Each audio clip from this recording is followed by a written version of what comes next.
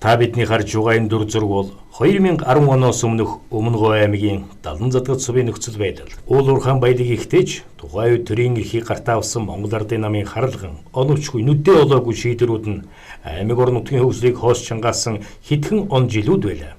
Монгол Ардын намын Өмнөговь аймагт засгалсан 18 жилийн хугацаанд хүний өмнө үзүүлж орон сууц, барилга байгууламж барих нь битгий хэл олсон хэдэн мөнгө нь эрх дархнуудын халаасанд ордог байсан хүнд үе. Тэнд ажлын байр байхгүйгээс иргэдийн амьдрал тарчигхан, хүн ард нь ажил хийх хүсэл байсан ч нөхцөл боломж тааруухан. Шуудхан хэлэхэд Өмнөговьчууд гандуухан он жилүүдийг туулсан тийм л хэцүүхэн үе байсан. Харин өнөөдөр өмнгийн говьд тэр дундаа Далан задгад сум өдрөөс өдөр дөнгөнөж тэнд эд бүтээн байгуулалт өрнөж байна. Шинээр олон сайхан барилга байгууламж сүндэрлэн сургууль цэцэрлэг ашиглалтанд орж эмнэлгийн үйлчилгээг орон нутгтаа олон улсын жишгээс дутхгүй явж байна. Шин соёл амралтын хүрээлэн, нисэх онгоцны буудал, мэдээ олсон зөв шийдэл бүхий дэд утсын холболт, цагаан дулааны станцын өрөвтгөлгээ, хөгжлийнхэн эхлэлийг ёстой оновчтой бодлогоор аймаг орон нутгийн удирдлагууд нь авч явна. Энэ бол улс хөгжиж, хүн шиг амьдрахын төлөө тэмүүлсээр байгаа ардчилсан намын хөдөө хөгжүүлэг, хүн амын төвлөрлийг нийслэл тус орон нутагт татах алсын хараатай бодлого юм. Ардчилсан намаас аймаг орон нутгаа хөгжүүлж байгаа ажил нь олон нийтэд үр дүнгээ өгөөд ихэлсэнд нутгийн иргэд сэтгэл тэнүүн байна. Ер нь бол хуучин байснаас хамаагүй хөгжилтэй болж байгаа. Сүүлийн одоо 5 жил болоод одоо сэтгэл дүүрэн хүн амьд нь амар амгалан уул уурхай хөгжсөн юм сайхан амьдралыг үзэж байна л да. Өмнөговьчууд бусдын адил төсвөөс өгөх хөрөнгө оруулалтыг харж алгаа тосоод суудгүй. Эдийн засгийн хувьд хэдийний хотын статусаар ажиллаад эхэлжээ. Энэ бол Өмнөговийн буюу орон нутгийн 5 толгойн үр өгөөж. Өмнгийн говийн сүүлийн жилүүдийн хурдтай хөгжил бүтээн байгуулалтыг орон нутгийн 5 толгойгоор төсөөлөхийн аргагүй лээ. Улсдаа татвар төлөлтөөр үргэлж манлайлдаг Өмнөговьчууд орон нутгийнхаа 5 толгойн үр өгөөжийг хүртэж байгаа буянтай бас азтай иргэд юм. Харин энэ их байгалийн кишгийг аймаг орон нутгийн удирдлагуудын зөв шийдвэрээр нүдээ олсон зарцуулалтыг хийж байна. Өмнөговийн буюу орон нутгийн 5 толгойн 51% эзэмшлийн үр дүнд орон нутгийн хөрөнгө оруулалтаар хийгдсэн бүтээн байгуулалт салбар бүрт ундарч байна. Тэд төсвөөс авдаг биш, өгдөг аймаг болжээ. Ерөөсө жил болгон нэг дунджаар 40 орчим тэрбум төгрөгийн бүтээн байгуулалтын ажлыг орон нутгийнхаа төсвөөс хийдэг. Одоо ийм л одоо аймаг байна.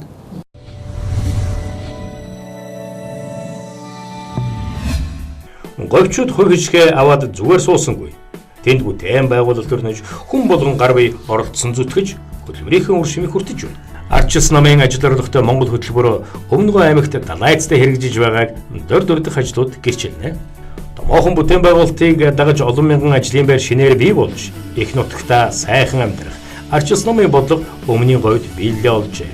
Өмнөговийн аль суманд ажлын байр, амьдралын баталгаа байгаа учраас говь нутгийг зэрэх иргэдийн төвлөрөл нэмэгдэн үйлдвэрлэл үйлчилгээ өргөжин тэлсээр өдрөөс өдөрт өнгө төрхөө өөрчилсөөр байна. Монгол орны үүдэн хоймор болсон энэ газар иргэдийнхэн амьдрах таатай орчныг бүрдүүлсэн томоохон бүс нутаг болон хөгжиж байгаа юм. Өмнөговь аймагт орон сууцчлах төсөл үр дүнгээ өгч иргэд хөдөөд тайван тав тухтай амьдрах боломжтой болжээ. Эхний ээлжинд эмч багш нараа орон сууцтай болгох давлгаа Далан задгад сумд хүчтэй өрнөж байна. Энэ бариг далины цааталд одоо нэлээд олон байр орон сууцаар хангагдаж байна.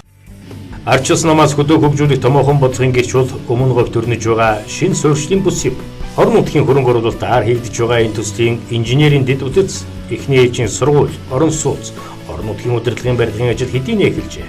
2014 онд суурьшлийн бүсэд дулааны шугамыг барихад 3.6 тэрбум, цахилгааны шугамд 9.6 тэрбум, бохир усны шугам сүлжээнд 761.8 сая төгрөг, бүс доторхоо 3.1 км автозамыг барихад 1.2 тэрбум төгрөг гэ. Нийтдээ 11.7 тэрбум төгрөгийн хөрөнгө оруулалтын ажлыг гүйцэтгээд байна. Одоогийн байдлаар хотхонд 1200 хүүхдийн сургуулийн ажил 80%-тай, Далан задгад сумын засаг даргын тамгын газрын барилга 70%, 48 айлын орон сууцны ажил 80%, 80 айлын орон сууцны ажил 85%-тай, соёл спортын цогцлбор 90% гүйцэтгэлтэйгээр баригдаж байна.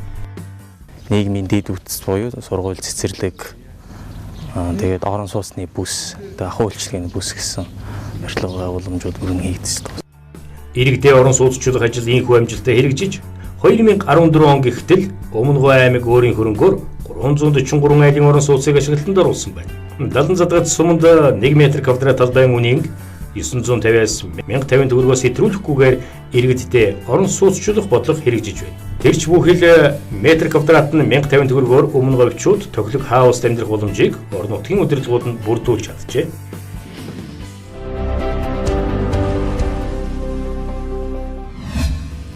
Жил ирэх тусам хүн амынхан тоо нэмэгдэж уул уурхайг даган тэнд амьдрах хүсэлтэд иргэд өссөөр 2008 онд 47700 хүн амтай байсан Далан задгал цөмийн оршин суугчид 2014 онд 60,000 болж хөдөлгөөнд хүн амтайгаа 110,000 хот авсан хүн амьдарч байна.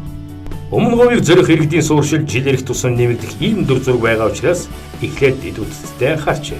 Өмнө говьчууд өнөөдрөөс дэд үтцийн төлөвлөлтөө хөгжилтэйг уялдуулан хийж байна. Энэ бол ардчилсан намын орон нутгийг хөгжүүлэх бодлогын нэг. Гэр хорооллын дахин төлөвлөлтийн хүрээнд Далан задгал цөмийн 7 багийн нутаг дэвсгэрийг хамарсан 11 км цэвэр усны шугам, 3 км бохирын шугам тавьж 845 өрх цэвэр бохир усны шугамд холбогдоход бэлэн болжээ.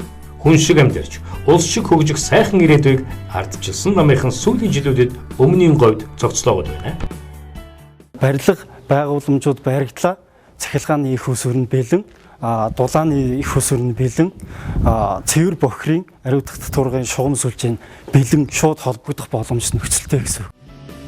Үлэг гөрүүлийн үлгийн нутаг болсон өмнө говьчууд Монголд анх удаа үлэг гөрүүлийн үзүүрүүхий соёл амралтын хүрээлэнг Далан задгал цумд 10 га талбайд барих ажил тэнд ундарч байна. Энэ төсөлд орон нутгийн төсвөөс 8.1 тэрбум төгрөгийг зарцуулсан байна.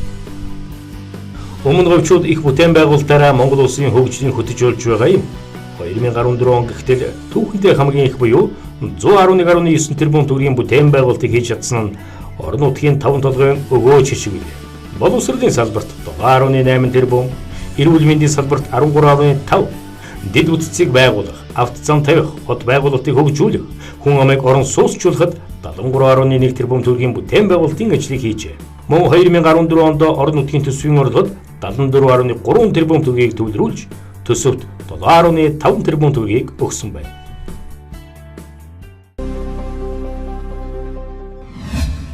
Орон нутгийн хөгжлийн түүчинд болж байгаа өмнө говьчуудад нэгэн асуудал тулгамддаг байсан нь гэрэл цахилгааны хангамж хүрэлцээ байлаа. Алс хитээ төлөвлөөгүй шийдвэрүүд нь Өмнө Говь аймгийг гэрэл цахилгааны дутагдалд оруулсан хүндхэн он жилүүд байсан. Сүүлийн 10 гаруй жилийн хугацаанд тог цахилгааны бэрхшээлтэй тулгаран ирсэн Говь нутагт энэ асуудал харин өнөөдөр бүрэн шийдэгдээд байна. Даван толгой Далан задгал чиглэлийн 110 кВт-ийн цахилгаан дамжуулах агарын шугам, дэд станц бүрэн ашиглалтанд орж аймгийн төв болон хан хонгор, Хүрмэн, Булган, Баяндалай, Номгон, Хангай зэрэг 6 сум байнгын цахилгааны их усүртэй болж өмнө говьчууд тог цахилгааны бэрхшээлээс ангижраад байгаа юм. Монгол Ардын намын 13 жил Өмнө Говь аймгийг удирдахдаа дэд үтсийн асуудлыг нь шийдэх нэтгийг хэл гэрэл цахилгааны хүртэл таслаж хүний эрхэж хандсан хүйтэн өвлийг өнөөдөрч Өмнө Говьчууд мартаагүй. Яг тухайн үед одоо хэцүү байсан үе бол зөндөө бий. За бараг цагаар гэлтгүй өдөр хоногоор эрчим хүчний хязгаарлалтанд байдаг. За тэр үед үнэхээр яг одоо голоо олсон хамгийн том бүтээн байгуулалт гэж одоо миний зүгээс эрчим хүчний Өмнө Говь аймагт байгуулагдсан эрчим хүчний салбарт одоо хамгийн том бүтээн байгуулалт нь бол энэ 3 мегаваттын бүртгэлийн станц. Аймагуудаас анхудаа гэр хороолол дунд автозам бүхий бүрэн гэрэлтүүлэгтэй камержуулсан боломжийг төгсүүлээд байна. Иргэдэн тав тухтай амар тайван орчинд амьдарч байгаадаа сэтгэл тэнүүн байна. Хөдөө хөгжүүлэх арчилсан намын бодлого Өмнөний Говьд биелээ болсон энэ. Хөөснөгөө мод бол манайх сайхан болсон. Гэрэлтүүлэг хаа сайгуул өндөр гэрэл том өндөр сайхан гэрлүү тавиалаа. Гэр хорооллын засамлуу тавигдлаа. Засамлууд бол гайгүй сайхан чанартай засамлуу тавигцаа. Мөн орон нутгийн хөрөнгөөр аймгаа бүсийн сумуудтай холбох хэвтэй тэнхлэгийн замын ажлыг гүйцэтгүүлж байна. Энэ жил гэхэд аялал жуулчлалын гол бус болсон 3 сайхан, Ёлоям, Мухар шивэртгээд 3 тэс чиглэлийн 30 км автозамыг ашиглалтанд оруулж одоо 26 км замын ажил хийгдэж байна. Тус бүтээн байгуулалтанд орон нутгийн хөрөнгөөс 300 тэрбум төгрөгийг зарцуулжээ. Энэ зам нь Монголын хамгийн анхны 8 м өргөнтэй зам учраас машин зөрхөөс эхлээд осол аюулгүй байдлыг дээд зэргээр хангаж чадсан байна. Монгол хүнийхээ төлөө хийсэн арчилсан намын бодлогыг Өмнөний Говьд хэрэгжүүлж байгаа говьчуудаар улс бахархаж байна.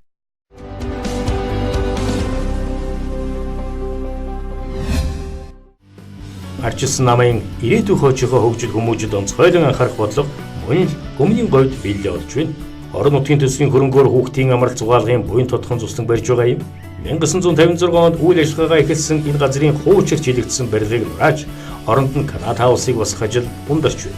Унах төссөн баримлыг нь сэргээн засварлахаас эхлээд хүүхэд багчуудаа эрүүл сарвал орчин дамраах нөхцөлийг бүрдүүлж байгаа нэ. Эднэр бол одоо бас сайхан үйлс би бүтээн байгуулж байна. Би бол бодож байгаа шүү дээ. Ганц аймгаа бус сум бага хөгжүүлж, орчин үеийн жишгт нийцсэн сумд иргэдэд амьдруулах зорилгоор арчил номын бодлого чиглэгдэж байна. Засгийн газраас хэрэгжүүлж байгаа сумын төсвийн шинжил хөтөлбөрийн хүрээнд Өмнөгов аймгийн хэд хэдэн сум хамрагдсан байна. Цогтовоо сумд гэхэд 5 тэрбум төгрөгийн хөрөнгө оруулалтаар төв дотор хатуу хүчилтэй автсан болон уух тогтчол, дулааны шугамын шинжилгээ өргөтгөл, бохирын шугам цэвэрлэх байгууламж, өөрийн зуухны өргөтгөл, олон улсны байргаад сумынхаа төвд иргэд сайхан амьдрах хүчтэй болжээ. Ерөнхийдөө бол 2 жил гарангийн хугацаанд бас бүтээн байгуулалт орнсон ийм жилүүд болж өнгөрлөө. Мөн өнгөрсөн онд багийн хөгжил зориулан 9 багийн конторыг 1.1 тэрбум төгрөг зарцуулан шинээр барьж ашиглалтанд оруулаад байна.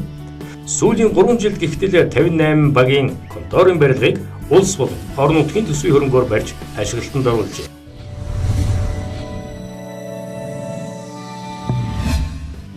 Тэмээ сүргээрээ улстай тэргүүлсэн Өмнөговын малчид өнөөдөр их нутагтаа сайхан амьдарч байна. Аймаг сумын иргэд нь хотынхоос дутхгүй тавлаг орчинд тухтай амьдарч байгаа бол нутгийн малчид хүн шиг сайхан амьдарч явна.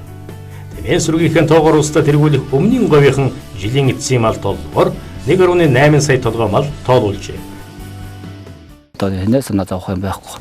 Энэ хэдэн мал өсгөөд ард түмнийхээ буйнаар ингээл явж болж байна. Хямралан ч хэд онд үлээ бас нэг хямралаа гэсэн тэгэл тэрий ч огт мэдээгүй л өнгөрөөс одоо ч бас нэг сүйттэй мэдрээд байгаа юм байхгүй л.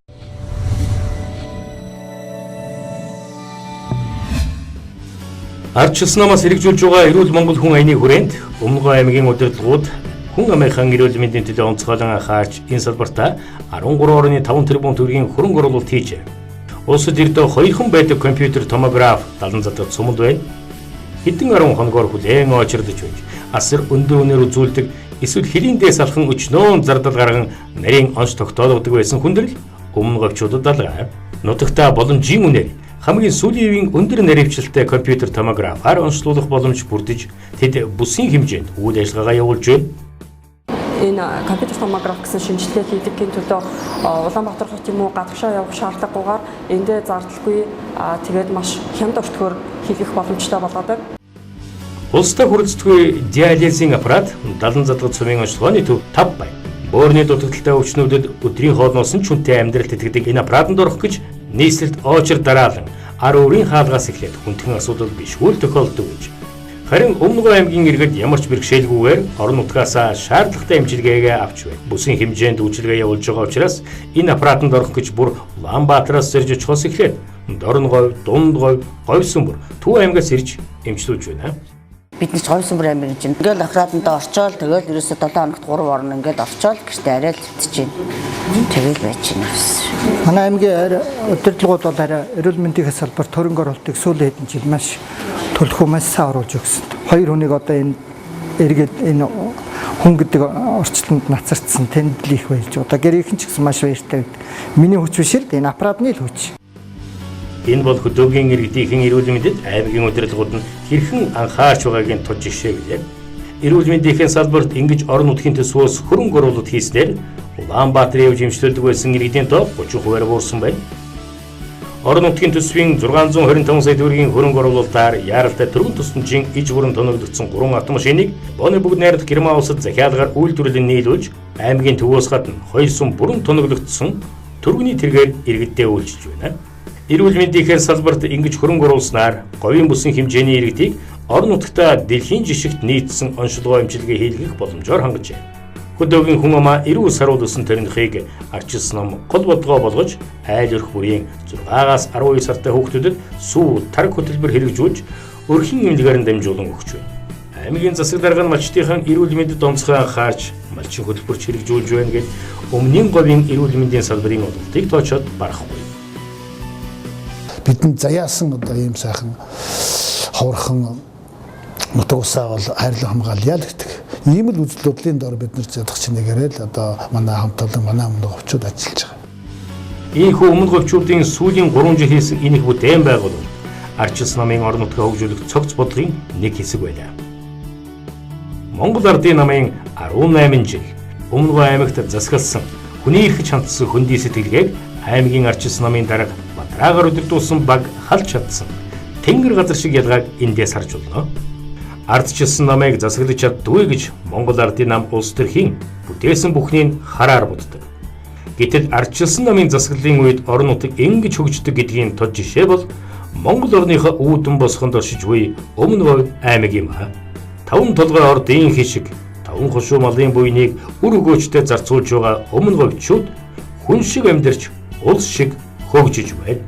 Ардчлал эрх чөлөө байгаа газар үргэлж хөгжил дэвшил оргилдог юм а.